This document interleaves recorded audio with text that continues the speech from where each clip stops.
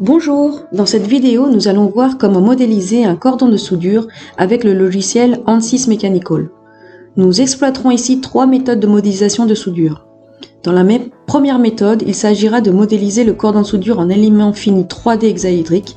Il faudra pour cela dessiner au préalable un cordon de soudure via un des modeleurs géométriques proposés par ANSYS, soit Design Modeler, soit SpaceClem. Le cordon de soudure sera alors une pièce à part entière, une pièce solide à part entière. Il faudra donc ensuite lui définir des zones de contact collées entre les structures en connexion sur Mechanical. Pour les deux autres méthodes, il s'agira de modéliser le cordon de soudure en 2D coque ou 1D poutre.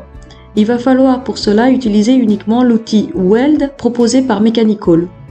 Cet outil va créer automatiquement des cordons de soudure et va assurer un maillage coïncident entre le cordon de soudure et les structures alliées. Voyons maintenant comment mettre en œuvre ces différentes méthodes sur ANSYS. Nous sommes ici sur l'interface graphique de la page projet d'ANSYS Workbench. La première méthode de modélisation de soudure consiste à dessiner le cordon de soudure en une pièce à part entière avec un modeleur géométrique proposé par ANSYS et à le mailler ensuite en éléments finis 3D hexaédriques. Donc ici, la géométrie a déjà été importée. Nous allons créer notre cordon de soudure avec l'outil SpaceClem. Donc, nous voyons ici sur SpaceClem notre système de deux pièces qu'il va falloir connecter à l'aide d'un cordon de soudure. Il s'agit de deux tôles à épaisseur fine de 1 mm dont les surfaces neutres ont été extraites au préalable. Donc on a bien un écart entre ces deux tôles dû à l'extraction de fibres neutres. Je vais dessiner mon cordon de soudure.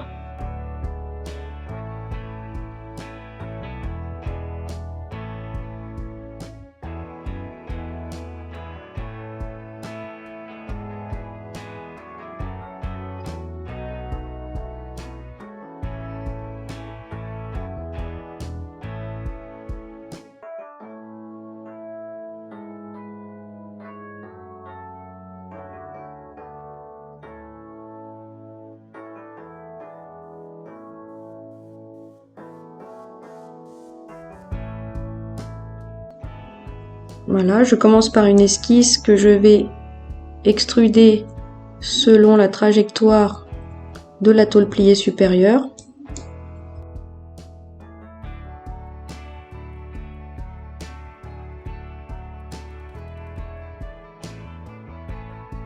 J'ai ici un cordon de soudure qui a été dessiné en corps volumique, ici, donc j'ai bien les surfaces de la plaque et j'ai bien mon corps volumique. Je vais ensuite sur la page projet pour actualiser le projet afin de remettre à jour ma géométrie et enregistrer le projet.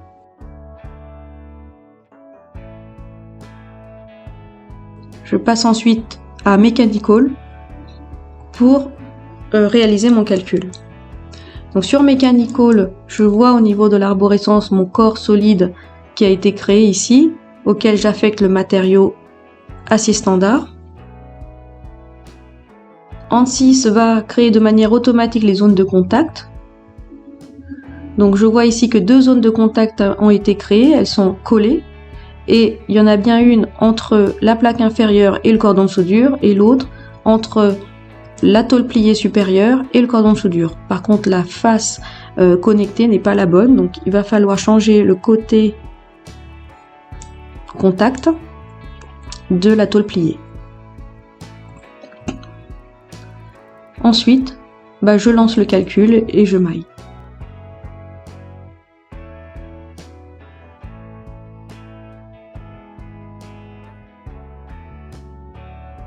Donc lorsque je lance mon calcul, je vois que mes tôles sont bien en élément 2D.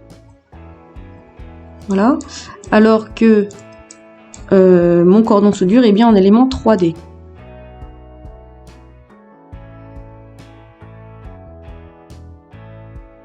Et au niveau des résultats, nous avons ici, donc j'avais oublié de préciser les conditions limites, nous avons un effort ici de 100 newtons qui vient tirer sur les bords libres de manière rigide de la tôle pliée.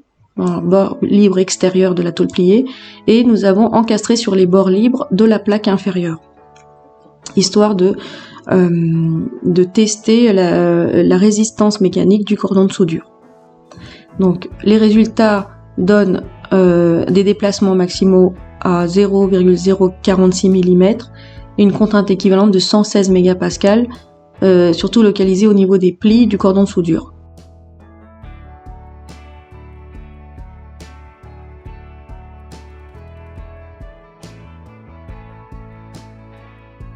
Donc voilà pour la méthode numéro 1. Pour les deux autres méthodes, la méthode 2 et méthode 3, nous allons modéliser le cordon de soudure en éléments 2D, coque, et en éléments poutre, 1D, avec un outil qui sera utilisé directement sur Mechanical. Donc nous n'avons pas besoin de créer de cordon de soudure au niveau de la géométrie. Donc ce que je vais faire, je vais supprimer le corps dessiné auparavant et retrouver ma configuration initiale. Je retourne sur Mechanical pour mettre à jour la géométrie directement à partir de Mechanical.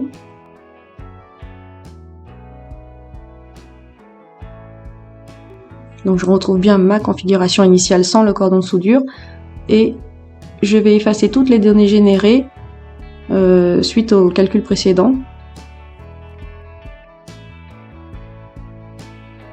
Donc ici j'ai plus de contacts à mettre en place, je supprime les contacts.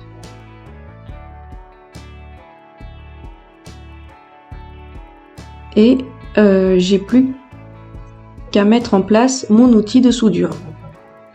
Donc pour mettre en place l'outil de soudure, je vais à l'onglet maillage dans l'arborescence et je vais activer une option qui s'appelle connexion par le maillage, qui est par défaut à non, donc je la mets à oui pour justement assurer un maillage coïncident entre les différentes pièces et le cordon de soudure qui va se créer de manière automatique.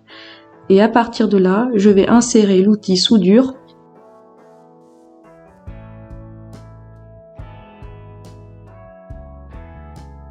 Donc là, je peux choisir mon type de soudure. Donc je vais demander une soudure normale et inclinée qui ressemblera un peu à celle que j'ai créée dans ma première méthode. Je choisis ma géométrie. J'ai une sélection de géométrie possible. Donc là, je choisis des arêtes.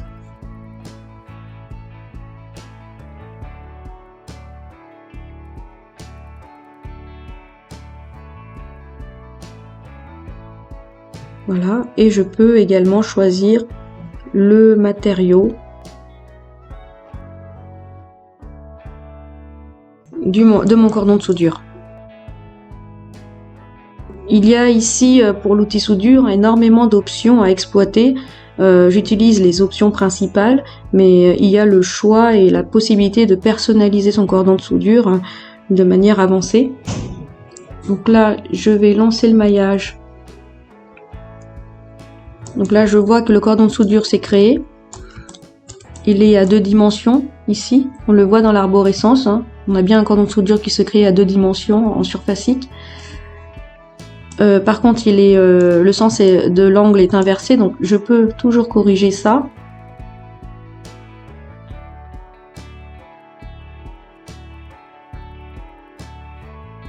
Donc je relance le maillage. Voilà, donc là j'ai un cordon de soudure qui ressemble un peu à celui que j'avais dans la première méthode.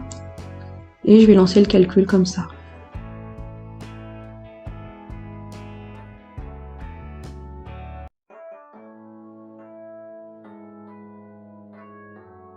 Ici j'ai un déplacement de 0,05 mm au maximum et une contrainte maximale de 139 mégapascales.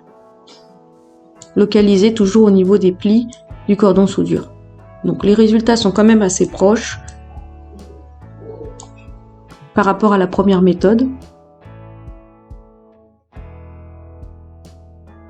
Il y a possibilité ici de changer la forme du cordon de soudure, je l'avais dit. Donc là j'ai choisi normal incliné, mais je peux tout à fait choisir juste le normal, juste l'angulaire, choisir d'avoir les angles des deux côtés pour avoir une meilleure résistance du cordon de soudure, etc. Donc il y a beaucoup d'options ici à exploiter, mais par exemple ici si je le mets juste à normal,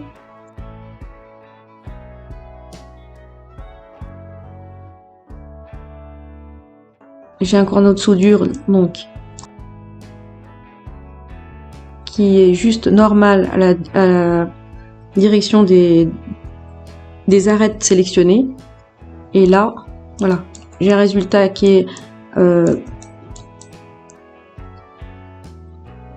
proche, mais plus exagéré, puisque là, j'ai plus l'angle de retenue au niveau du cordon de soudure. Voilà, maintenant on va passer à la troisième méthode, où il s'agit de modéliser le cordon de soudure avec des éléments 1D, poutres.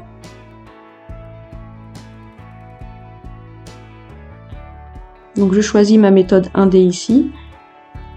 Il va me demander une section droite pour les éléments poutres que je peux rajouter ici sur l'arborescence à modèle.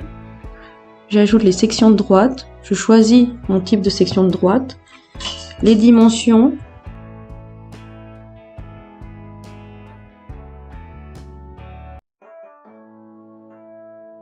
et ici, dans l'outil soudure, je vais choisir ma section de droite définie.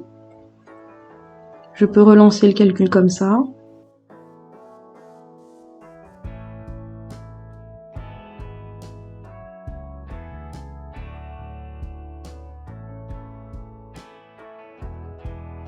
Voilà, j'ai bien ma soudure, mon cordon de soudure qui apparaît en élément poutre. Et j'ai bien la section de droite représentée également, de type L. Donc là, je vais résoudre mon calcul.